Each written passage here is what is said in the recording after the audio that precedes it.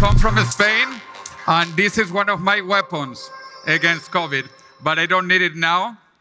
And I want to tell you actually how we are going to conquer COVID and all diseases in the next 2 to 3 decades. Actually, I just published a book in Spanish, number 10 best-selling book in Spain called The Death of Death. In Spanish, La Muerte de la Muerte. It just came out also recently in Portuguese, and soon it's coming out in Russian, Chinese, and French. So I will give you a quick review of what is happening in terms of longevity around the planet. I work with many international groups, mostly with the Millennium Project that began as the futuristic part of the United Nations. And we look at the challenges of humanity during the next few years. And I had the pleasure to go to the World Economic Forum to talk about the scenarios for Latin America in the year 2030. And humanity is moving very fast demographically. In fact, if you look at the projections of the population of the planet, we are leveling off. The population of the planet actually is stabilizing. And in some places, actually, it is going down. The population of Russia, Japan, Spain, Germany actually has been declining, and it will continue to decline. So the problem is not too many people. The problem is not enough people in the future. So demographically, we have to worry about the future of humanity. But the good point, though, is that the economy is growing.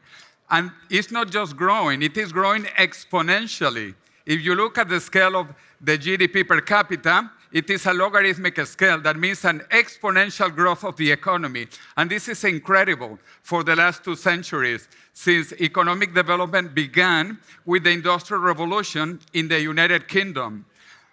In England, it took 58 years for the first time in human history to double its income per capita. 58 years. But now this is happening faster and faster and faster. The world record today is China. China, every 7, 8, 9 years, doubles its income per capita. And this is fantastic news for humanity. There are no excuses anymore to be poor, because we know what works and what doesn't work. And again, it all began with the Industrial Revolution.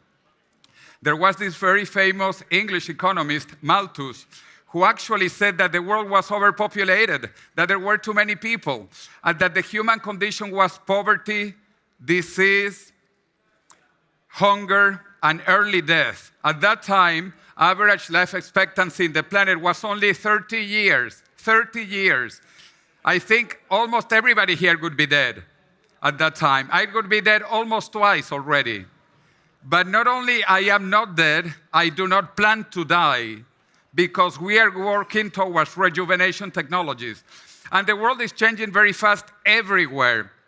For example, if you look at Shanghai, Shanghai used to be, until even the 20th century, relatively poor and backwards. And in the last few decades, it has been growing and growing and growing.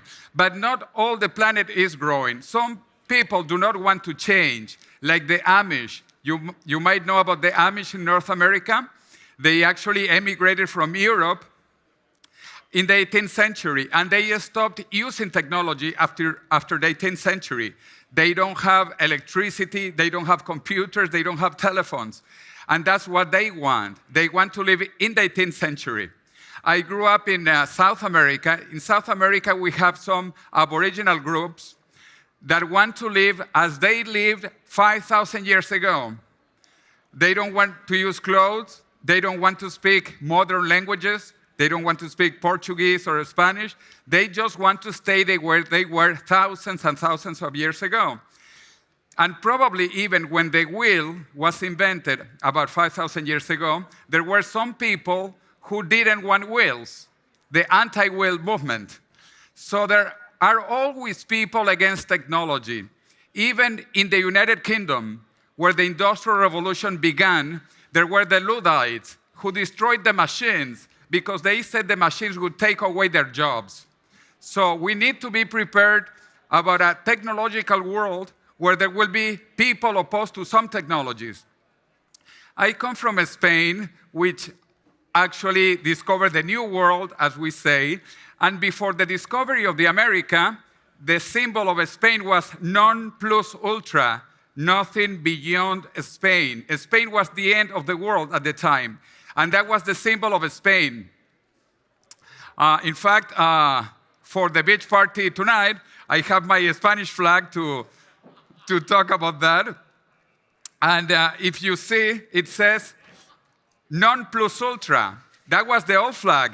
Then America was discovered, and then we changed it to plus ultra. And now I say we need to change it again to Vita plus ultra. More Vita, and also Mars plus ultra, because we are going to go to Mars. Actually, I was a candidate to the European Parliament in the last election last year. I didn't make it this time, but I got several thousand votes in Spain. And my campaign was based on immortality and space travel. Let me show you one of the videos of the campaign. Most political discourse is about details such as corporation tax rates, subsidies for farming, interminable trade negotiations, and who wrote what in which newspaper. But what if politicians are missing the things that really matter? Economist Robert Solow won the Nobel Prize in Economics for showing that 90% of economic growth comes from technology. Yet the EU's investment in artificial intelligence amounts to less than 1% of agricultural subsidies. What politics needs is people who understand how technology, like artificial intelligence, will develop. Jose Cordero is a technologist with degrees from MIT and a PhD in engineering, who has written best-selling books on how we can use technology as the ultimate force for good in society. Support Jose as member of the European Parliament this May. He will focus on how we can work together to build a better future for all of us by investing in technology like artificial intelligence, genetics research, and nanotechnology. Let me show you also a video clip about going to Mars, because part of the strategy is going to Mars, and we have a facility in northern Spain where we are doing training to go to Mars.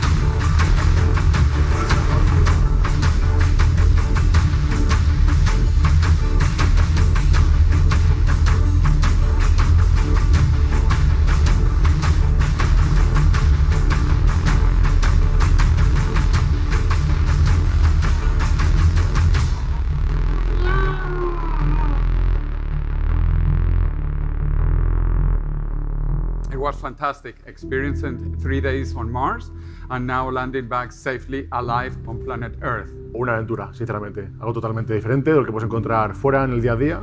Es una experiencia que te saca totalmente de tu zona de confort, está totalmente en otro mundo, digamos, y tienes que adecuarte, la mentalidad cambiarla y el día a día hacerlo diferente de lo que sería fuera. Entonces, realmente es otro mundo.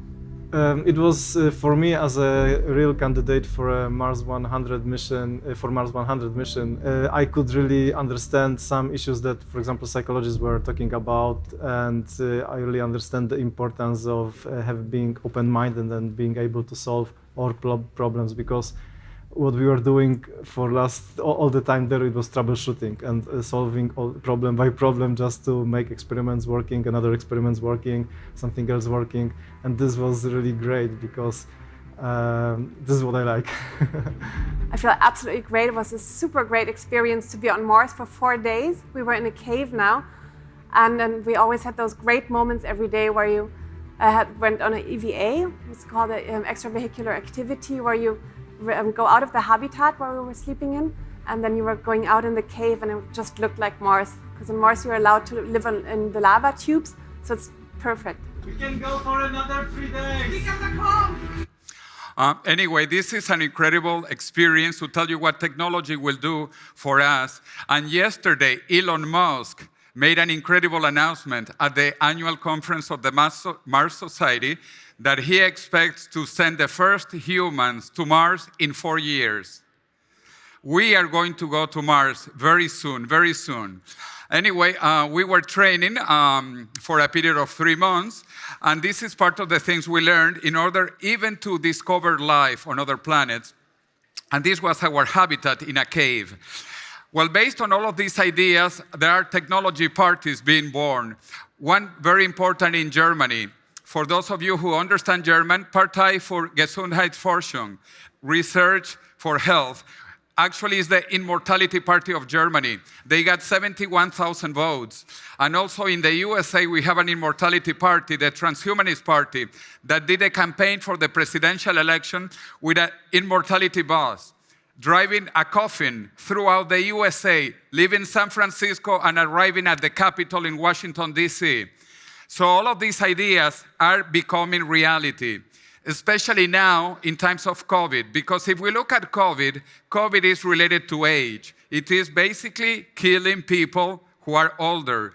The main risk factor for COVID and for all diseases is age. Age is the #1 cause of death of humanity. However, COVID is nothing compared to other pandemia, absolutely nothing, very small. If we look at the Black Death, 200 million people died of a population of less than 1,000 million. Or even, as you can see, AIDS or the Spanish flu that was not from Spain, by the way. So COVID has killed about 1 million people, but it is very small in historic terms, also because the population of the planet is much larger. We are close to 8,000 million people, and just about 1 million people have died of COVID. However, the impact has been absolutely incredible. Just the US government has invested $2 trillion public money, and the private sector's billions and billions of dollars. Altogether, it is estimated that this pandemic, which is a small pandemic, will cost over $11 trillion. Imagine if we put all that money against the common enemy of all of humanity, which is aging and death. The enemy is not COVID. COVID is very small compared to aging and death. So every time more and more people are talking about this, because I repeat, aging is the #1 risk factor for all diseases, for influenza, heart problems, cancer. In fact, there are studies that show if we could cure cancer, all of cancers, we only get 3 more years of life, only, curing all cancer. If we cure all heart trouble, we get 4 more years of extra life. If we cure cancer and heart trouble, we get 7 more years. But if we cure aging, we get 30, 40 years, and we will get even more later on. So the common enemy is aging. And today, we need to move from the sick care to health care. And the real problem is aging. Aging is the mother of all diseases. All diseases really are centered about aging, but we have been treating them separately, not connected, in different silos. We need to treat them together, and the main enemy is aging. Based on this, a friend of mine from England, David Good, who invented the Symbian operating system that was bought by Nokia, he studied a PhD from Cambridge. I also studied in Cambridge, but Cambridge, Massachusetts, at the MIT. 3 years ago, we decided to write a book about what is going to happen to aging in the next few years. So our book came out first in Spanish, La Muerte de la Muerte, then in Portuguese, A Morte da Morte, and soon in Chinese, Russian, and French, and then other languages. As I said, the book has been an incredible bestseller. In Spain, when it came out, was #1 and #5 best-selling book simultaneously.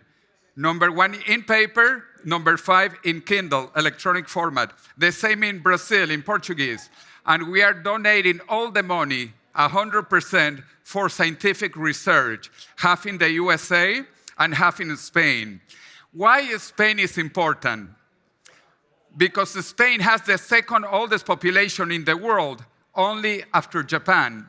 But according to the OECD, Spain will have an even more life expectancy in 20 years than even Japan, because of the fantastic Mediterranean diet.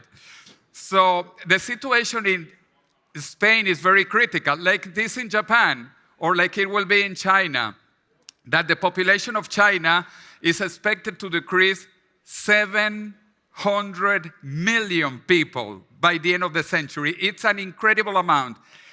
A decrease of 700 million people in China if the trend continues. But it will not continue because Japanese, Chinese, Koreans, East Asians, and other people are worried about aging. Anyway, Spain has incredible scientists like Maria Blasco, is the #1 expert probably in telomerase. She has been able to extend the life of mice almost twice with telomerase treatments. And another Spanish scientist, Juan Carlos Ispizua Belmonte, he is the deputy director of the Salk Institute in California. Using a technique invented in Japan, the Yamanaka factors, he has been able to rejuvenate mice.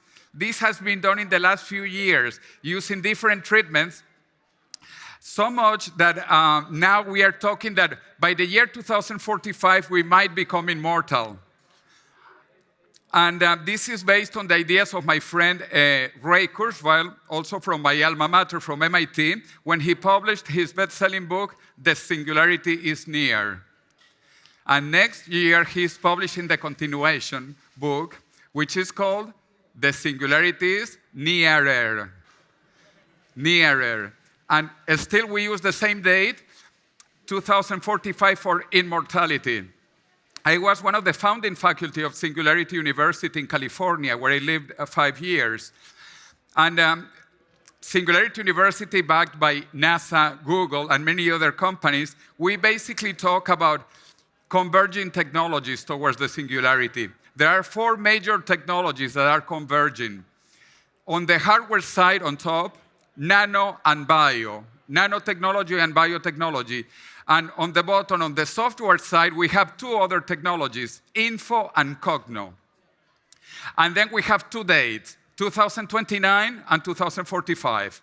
What will happen on the hardware side? On the hardware side, we expect that by 2029, we will reach the Methuselarity, the singularity or Methuselah, or longevity escape velocity.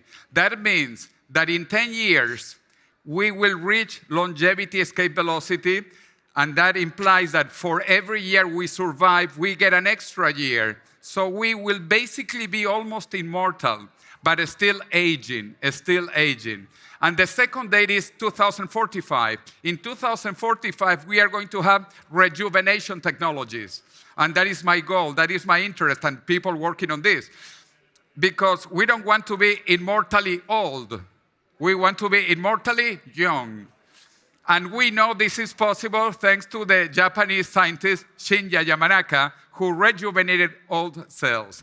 Anyway, on the hard side, hardware, and on the software, Ray Kurzweil also talks about 2029, we will pass the Alan Turing test. Alan Turing test, that means that you will not know anymore if you are talking to a human or to a machine. And eventually, by 2045, we will have an artificial intelligence connecting all of humanity and with more intelligence than humanity. All of these technologies are changing exponentially, faster, smaller, cheaper, better things. Those of you who have my age will remember this, the IBM punch cards.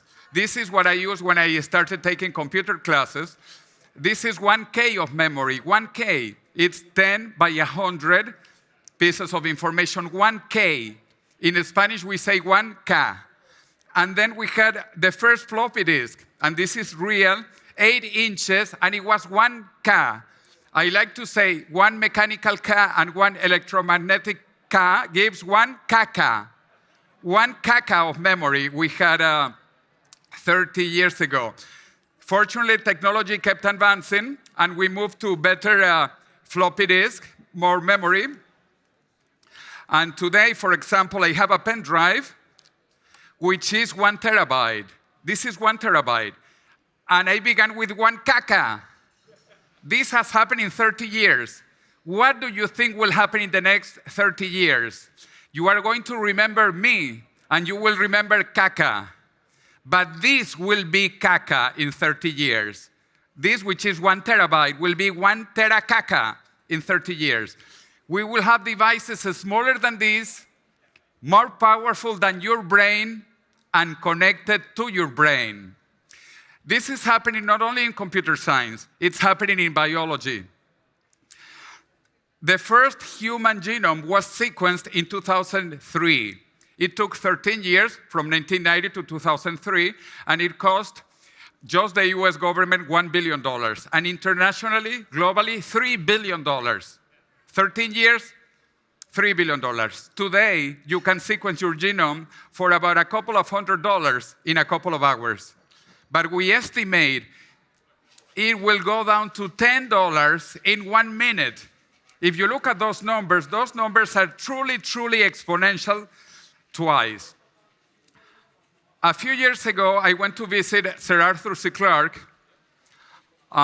famous for Space Odyssey 2001, and he's also famous for the 3 laws of the future. He said, when a famous scientist says that something is possible, he's probably right.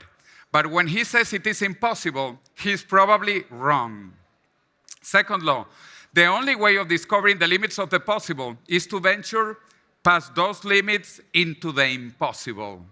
And third law, any sufficiently advanced technology is indistinguishable from magic. So we are going to see magic in the next few years because these things are changing exponentially.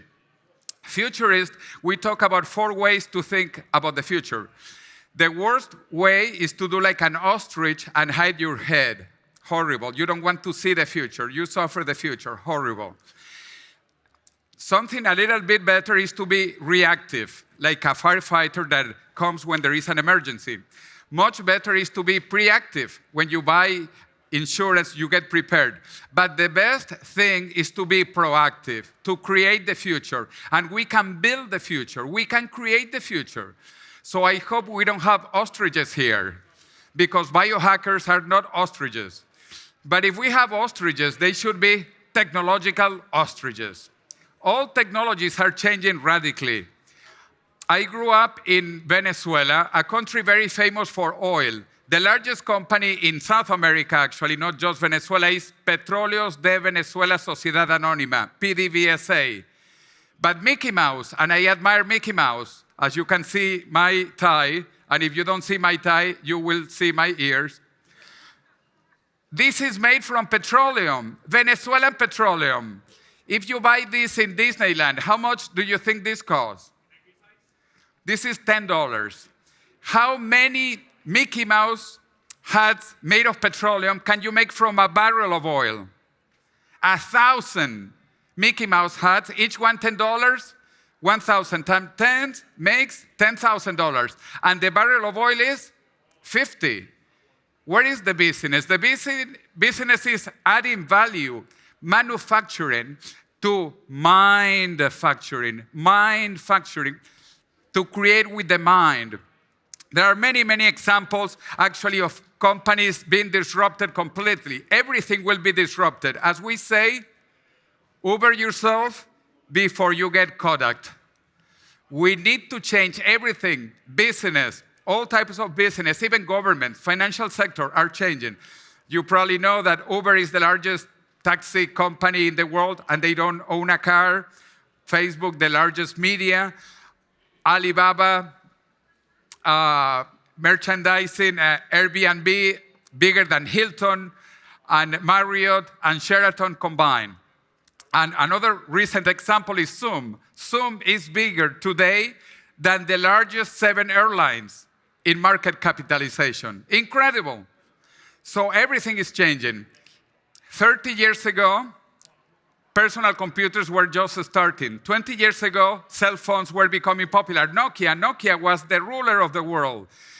10 years ago, Google, Facebook were growing also internationally. But what is going to happen in the future? In 10 years, in 20 years, in 30 years? We are going to see magical changes. One of those is immortality. Today, more and more people talk that aging is a disease, but it is a curable disease.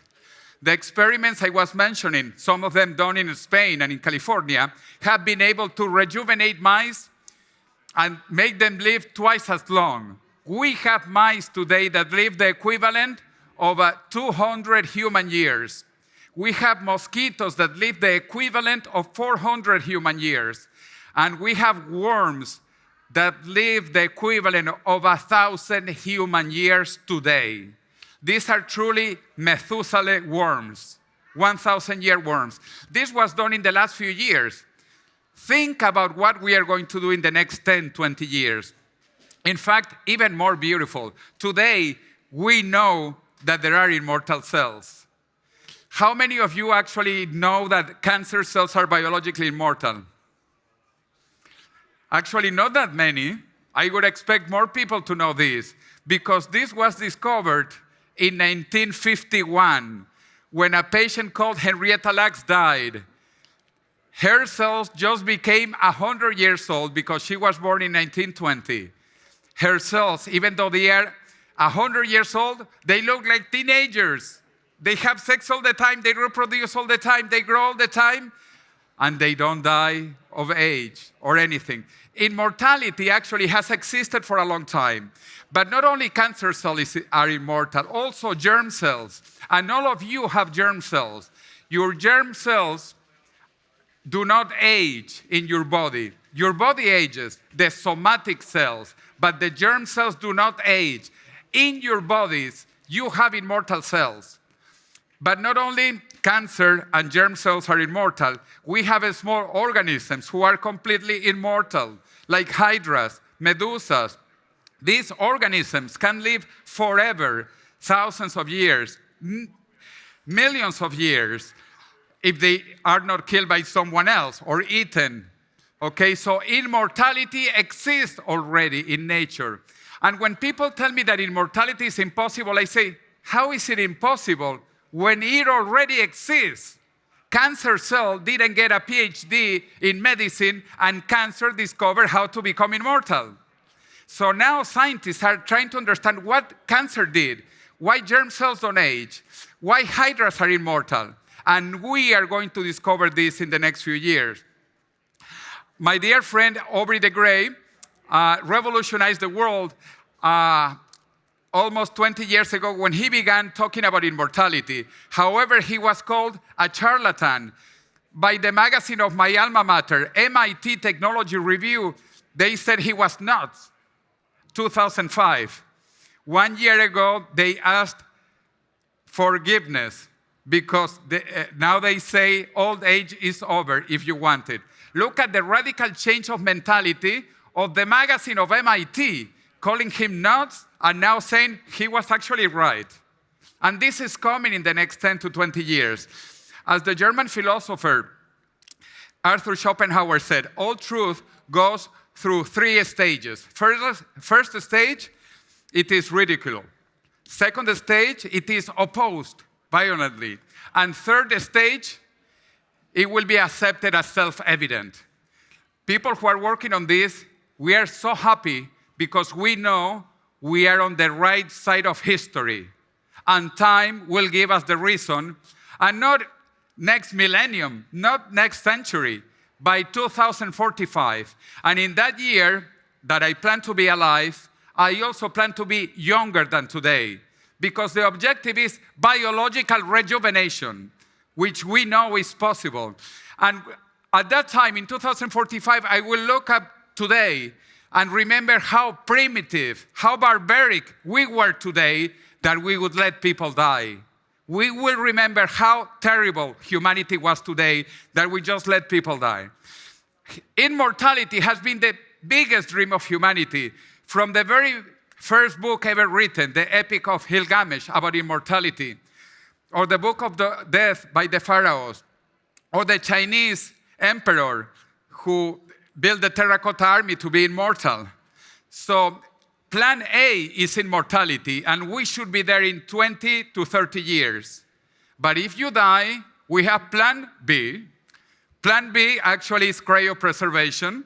And actually, this was also impossible half a century ago, and until it began. And now there are 8 million humans who have been born thanks to cryonics, cryopreservation of the egg or of the sperm, or even the embryo. So 8 million humans have been already frozen as small babies. And I have been working on cryonics as well. And I actually have visited all the centers. This is in Russia, in Moscow, and the 2 in the USA. And actually, I froze the first Spanish person in the peninsula, in the Iberian Peninsula. Very sad, but he has a very cool life. He's very, very cool now. And we expect to reanimate him in 3 decades.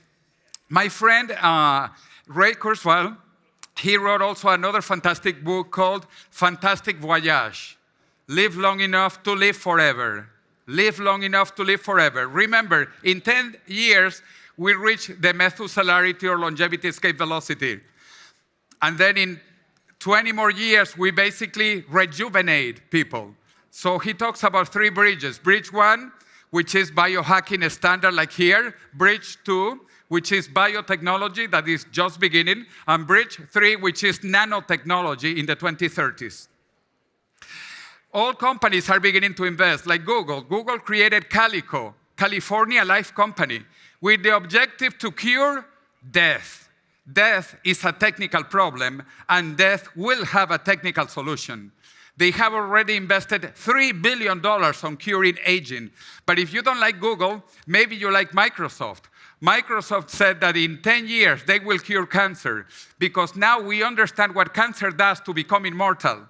And we will be able to replicate or eliminate that if we want in the case of cancer. We will cure cancer in 1 decade. And maybe you don't like Microsoft or Google, but how about Facebook? Because Mark Zuckerberg and his wife, who is a biologist, who studied medicine, and she met Mark Zuckerberg at Harvard, they are donating all their fortune to cure all their diseases in this generation. And they said that their first daughter that was born 5 years ago, she will not die. Or not die of aging. She might die of other things, but not of aging, because we will cure aging. This is the largest industry humanity has ever seen. In the next 20 years, anti-aging will be bigger than anything else. Forget travel, forget food, forget computers, forget cars. The largest industry is anti-aging, and only began 5-10 years ago. In 2012, a Japanese scientist that I had the pleasure to visit in the University of Kyoto, he discovered that changing 4 genes, you control the age of a cell. Aging is a flexible process that you can modify, and you can make a young cell older or an old cell younger. Right now, he's doing experiments to cure macular degeneration of the eyes. Soon, we will reverse aging. These are called the 4 Yamanaka factors, 4 genes that control the aging process. But this is only the beginning of incredible things we are discovering. Also, 10 years ago, epigenetic clocks to measure your biological age were discovered. And a friend of mine in Argentina and other scientists in the USA and India, this is all global coordination, global cooperation. 3 countries, Argentina, India, and the USA, working on rejuvenating mice. This is fantastic. This is done scientifically today. Well, actually, last year. And then we have CRISPR. If you saw the Nobel Prize in chemistry, not medicine, of this year was CRISPR. By the way, it was invented in Spain, but that's another story. And then we have many new treatments, like changing old blood with new blood. These incredible treatments are just being discovered day by day, even during the COVID pandemic. I also organized a few days ago a fantastic event. I invite you to come to Las Vegas. This year it was virtual, next year will be real, which is called Revolution Against Aging and Death. And actually you can meet my friend Liz Parrish at the bottom on the right, who is the first person who is being biologically rejuvenated now, with 2 treatments. Not in the future, not tomorrow, now. She has been undergoing a treatment 4 years to be rejuvenated. And we published a protocol of what can be done today to rejuvenate yourself biologically. So I plan to be younger in the future, but not with a Russian application. I don't like FaceApp and the Russian application, no. I plan to be younger because we can reverse aging. Aging can be controlled, aging can be reversed, and aging can be cured. So I also welcome you to Madrid. I will be organizing an event with many people, like a robot, also Sofia, next June. And you will learn the latest of the latest on rejuvenation technologies, because that is the objective. And for that, we need to meditate. We always need to meditate. We have had meditation here. Why? Because there is yin and yang. And if you look, the yin-yang inside has little yin-yang and even little yin-yang. We need to meditate. And I finish with this beautiful Chinese word that is also Japanese and Korean that means crisis. Crisis has two characters. The first one is danger, but the second one is opportunity. We are living in the most incredible time in human history to fulfill the first dream of humanity, immortality. Thank you very much.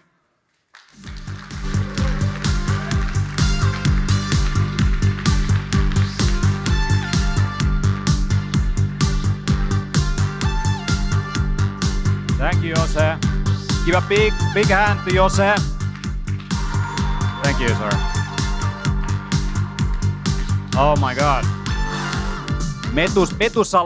Methuselah was this biblical character who lived 969 years old, and was also in Islamic and Judaistic and Christian scriptures. And he actually had several wives, several children. They all died off. He kept on until the Great Flood, and he was the oldest person in the Bible. Was he an alien? No. No, he was human. But anyway, I don't truly believe he lived that long. But I do believe you and we can live 1,000 years. Right. Okay, so if you allow me to play devil's advocate here. The way how I see it, immortality, is that there is a reason why we die. And the reason is that our lifetime exists long enough to work as a filtration mechanism, like an algorithm. We're filtering information, and the environment that is constantly sending information to your nervous system, and through that, the epigenetic change happens, and we pass on genes to our offspring. So there is a certain filtration mechanism that happens every generation, and we pass on certain genes. There are some mutations, and some of that is according to environment, and some of those things survive, and they kind of continue going on. And the way how I think about it in terms of systems is that the faster the change in the environment, the faster the iteration needs to be also, in terms of, adjusting or adapting. But if you and me are going to extend our lifespans by curing cancer and heart disease, and we get like 7 years, maybe with additional technology we could get maybe 3 extra years somehow on average, and maybe we cure aging, and then we have like 40 even plus, immortality forever. Now the question is, aren't we shooting ourselves in the foot? Because then we are not adapting quick enough. So in my imagination, we would have to start modifying ourselves directly. Is that what is happening? Do you really want to live forever? So that you actually need to modify yourself to be able to deal with whatever the environment is in 969 years from here? Well, I think life is beautiful. So I not only want to extend life, but also expand life. Like, for example, I would like to speak Finnish. And I need to be immortal to be able to learn Finnish, for example, or to go to Mars. Imagine all the things we are going to do in the future if we can try and keep on learning and keep on interacting. So yes, I want to be immortal. Yeah, I mean, I also have all kinds of labels already today. I've been an entrepreneur, technologist, I've been a CTO, CEO, CIO, all kinds of things. I've been advisor to management, top management consultant, biohacker, many things. And in the end, when I look at it, like I might have infinite number of labels. So in terms of how I describe myself, the list would be pretty long, like 100, 200 years from now. And I think Tim Ferriss wrote in his books about this very specific idea that life is short and, you know, you can shortcut yourself to mastery. You don't have to practice something 10 years to get to that level. You can do that probably in a year, maybe in a few months. And you should constantly be challenging yourself to kind of acquire new skills and learn to navigate this nervous system. Because from the early age when you grow up, you're kind of a nervous system that figures out what's going on, and to be kind of, life is a process of awakening from a dream, to be able to kind of tap into, you know, the complexity around you. So I would imagine future humans are pretty complex in terms of their experiences. We will be. Yeah. Also, we will be interconnected. Another company that Elon Musk is working besides going to Mars, as he announced yesterday, in 4 years going to Mars. He said also in 1 decade, we will have telepathy. What we are doing here is very primitive. Talking is very slow, very inefficient. All the things I would like to tell you are in my brain. And if I have telepathy, I'll answer your question in 1 second. Directly. You will ask another question in another second, and on the third second, we go to the beach party. You know, Jose, I'm also a mystic, and I believe that we have telepathy already, in a way. And there is a lot of communication happening already, which is not only, you know, the words that we pronounce or the physical expressions we give, but there is something to human experience which is beyond description, beyond... Sure. No, but I'm talking about really, really full telepathy. When we have this facility, I will download or upload Finnish into my brain. Like if you have seen The Matrix, the things that happen in The Matrix will be possible once we connect our brains to internet. But I can do that already with some Google technology, like an earpiece that is simultaneously listening to you and it's translating to me, and I can answer in my own language and it's translating to you. But it's still too, I mean, it's like a modem internet connection, like some kind of... like 20 years ago, not digital, right? Like with Kaka. That's Kaka technology. Do you know, by the way, what Kaka is? In Spanish, yes. What do you know what it's in Finnish? Dogs, poop, Oh, yeah, it's literally shit. Oh yeah, you know, it's literally shit. I don't know if I want to. Yeah, the future exciting and Friday. The future also really in these exciting and there's an frightening also. In these times, there is an amplification of. I see that a lot of gaining. You know, interest in these transhumanistic ideas from a very different place. You know, they fear the future. They see that that's some kind of plan, you know, to control us. What do you think about that? Well, I don't believe in any of these conspiracies, but I think the future is exciting. I think people enjoy being alive, being healthy, and we can have more of this.